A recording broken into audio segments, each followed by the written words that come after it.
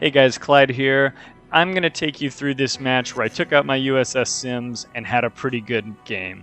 Now, I am not going to come in and tell you that I'm the best destroyer captain in World of Warships. That is certainly not true. I am not a Unicum player who can get wins at will. But I happen to have a pretty good game during this match, and I thought I would share that with you, talk a little bit about what it was that was going through my head as the game was progressing, and if there's anything in there that's of value to you or even just of entertainment to you, great. If not, no worries. So let's go ahead and get started. So I decided to move off to the west half of the map here. Again, the Sims is a US destroyer, so it's relatively sneaky, pretty maneuverable. It's kind of a good all-rounder. It's an older premium, but it checks out. And so I'm stepped up into the cap here. My detectability in this destroyer is 6.6 kilometers at sea. No carriers in this match, so I don't have to watch out for airplanes, but there are 4 destroyers, a couple of them higher tier as well. So I'm basically putting torpedoes in there and kind of hoping that they don't see me for the moment. So I know I've got at least the Mahan up there in that smoke, so I'm trying to fill the smoke with torpedoes. I'm kind of skirting the edge of the cap point here. And the reason that I'm doing that is I want to make sure that the other destroyer knows I'm in here because I want him to get uncomfortable. Ooh, the other destroyer popped in up there too. We got an Akatsuki as well. So I want that other destroyer to feel like his cap is blocked and that it's dangerous for him to stay in here.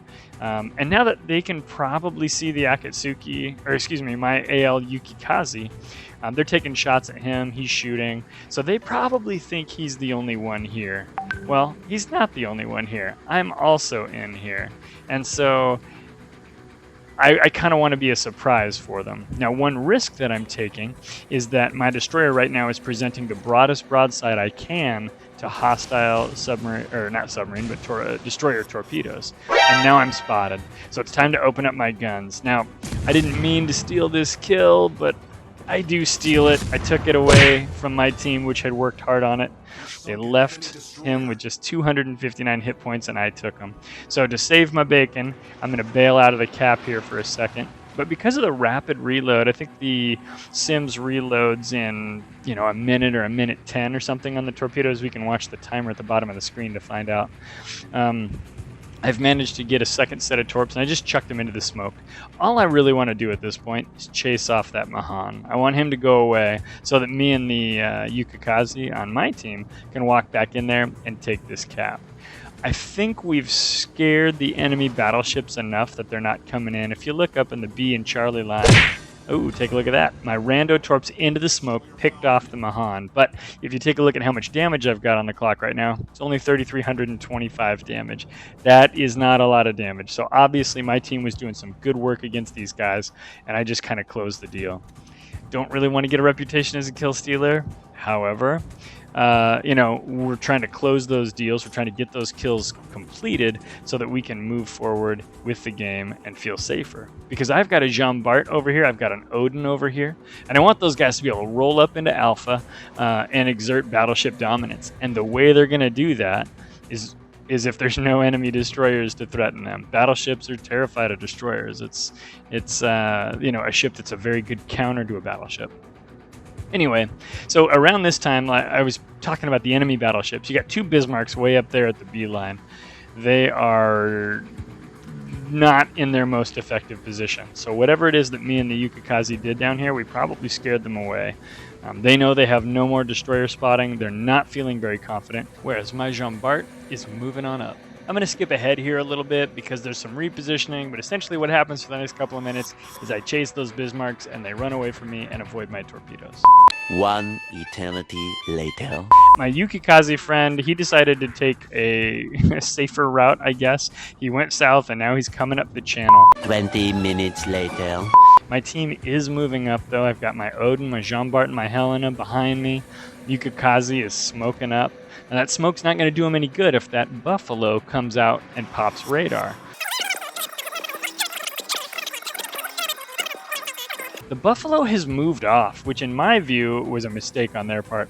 I think if the Buffalo and the Surrey had popped up around this corner and those Bismarcks had double backed and come back, they could have squashed our little northern rebellion here as we came around and tried to take this B cap.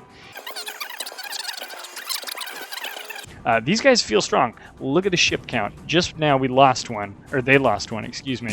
But until just now, it was 8 ships to 4. They've got a, what is that, a 260-point lead on us. And at this point, I go, okay, this game's probably lost, but I'm going to fight all the way to the end. So I start opening my gun on this Bismarck. I think, hey, if I can get a fire on him now, maybe my torp will hit him and he'll flood, and then I can get all the flood damage because he'll waste his repair on my fire. I missed with all the torps, of course, because I'm not hitting anything with torpedoes in this match except for that destroyer early on. Now, he's put his secondaries on me, but he's working his mains on other folks. Looks like the Yukikaze landed a couple of torps on him there, or maybe those are Odin torps, actually. I bet you they're Odin torps based on the Yukikaze's location. And so this Bismarck is going to go down. In fact, I think our Odin is going to dump him.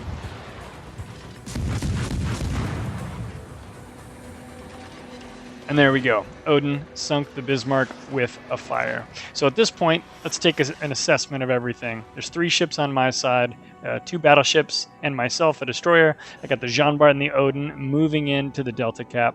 Our Yukikaze was killed at the bottom of the channel.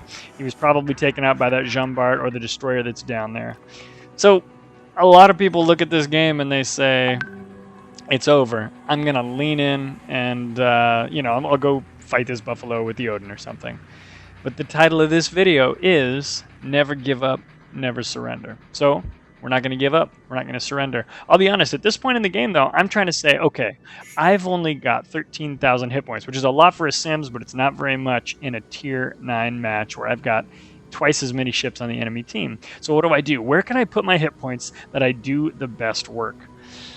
It's sort of a hopeless gambit, but with the 2 battleships leaning in on Delta, maybe I can go down the channel and do something. Huge gamble, very little chance that this will pan out.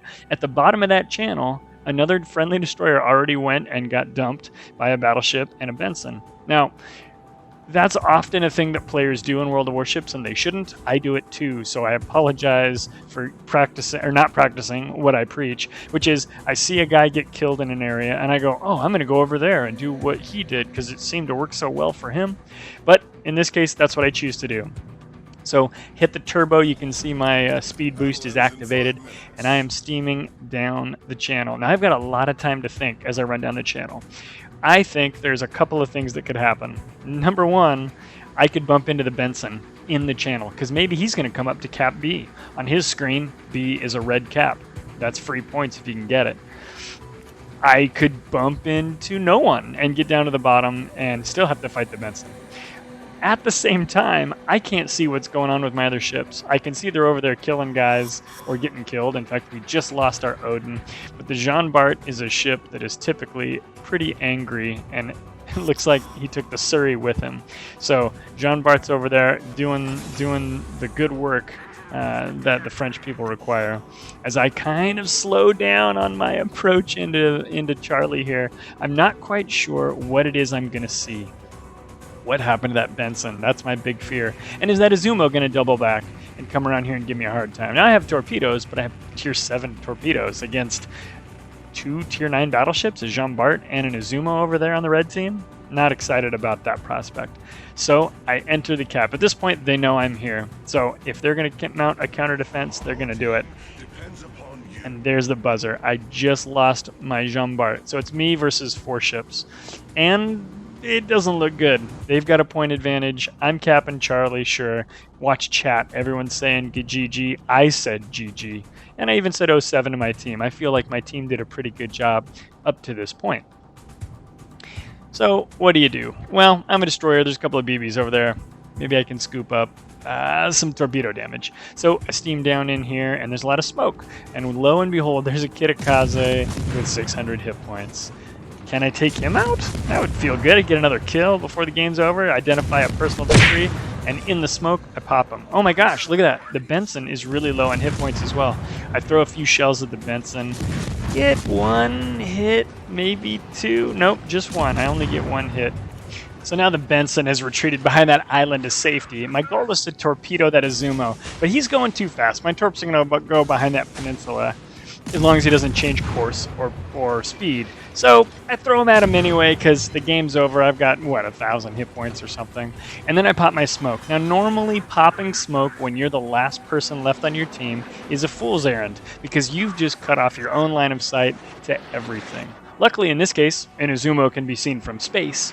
And secondly, all I was really trying to do with it is block line of sight so that he doesn't kill me with secondaries while my torpedoes run at 54 knots and try to hit this guy. I was just trying to get a little more damage before the game ended. And what's this? The Benson steps out of safety. This right here changes the course of the entire game. Bam! Sink the Benson. Huge mistake. And I didn't even realize how big of a mistake it was.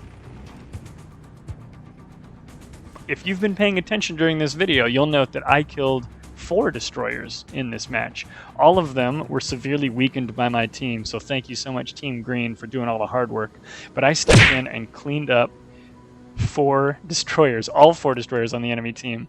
And at this point, there's GGs flying around. The red team says GG. Somebody tells me nice cap. I haven't noticed the scoreboard. Take a look at the scoreboard. As long as I don't die, we win this match.